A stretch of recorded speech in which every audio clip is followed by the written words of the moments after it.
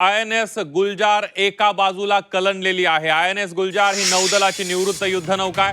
ही महाराष्ट्र पर्यटन विभागाच्या अखत्यारीत असून पर्यटन वाढीसाठी सिंधुदुर्गातल्या समुद्रामध्ये स्थापित केली जाणार आहे। निवृत्त झालेली युद्धनौका समुद्राच्या तळाशी स्थापित करण्यासाठी वेंगुर्ल्यातील न्यूती लाईट हाऊस जवळ काल दाखल झाली।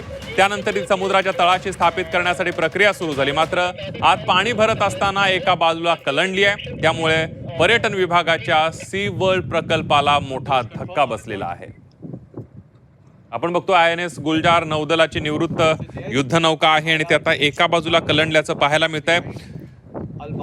महाराष्ट्र पर्यटन विभागाच्या अखत्यारीत ही युद्धनौका आहे। पर्यटन वाढीसाठी सिंधुदुर्गातल्या समुद्रामध्ये ही INS गुलजार ही स्थापित केली जाणार आहे। ही निवृत्त युद्धनौका समुद्राच्या तळाशी स्थापित करण्यासाठी वेंगुर्ल्यातल्या न्यूती लाईट हाऊस जवळ काल दाखल झाली। त्यानंतर समुद्राच्या तळाशी स्थापित करण्याची प्रक्रिया सुरू झाली। मात्र आत पाणी भरत असताना ती एका बाजूला कलंडताना पाहायला मिळते आहे।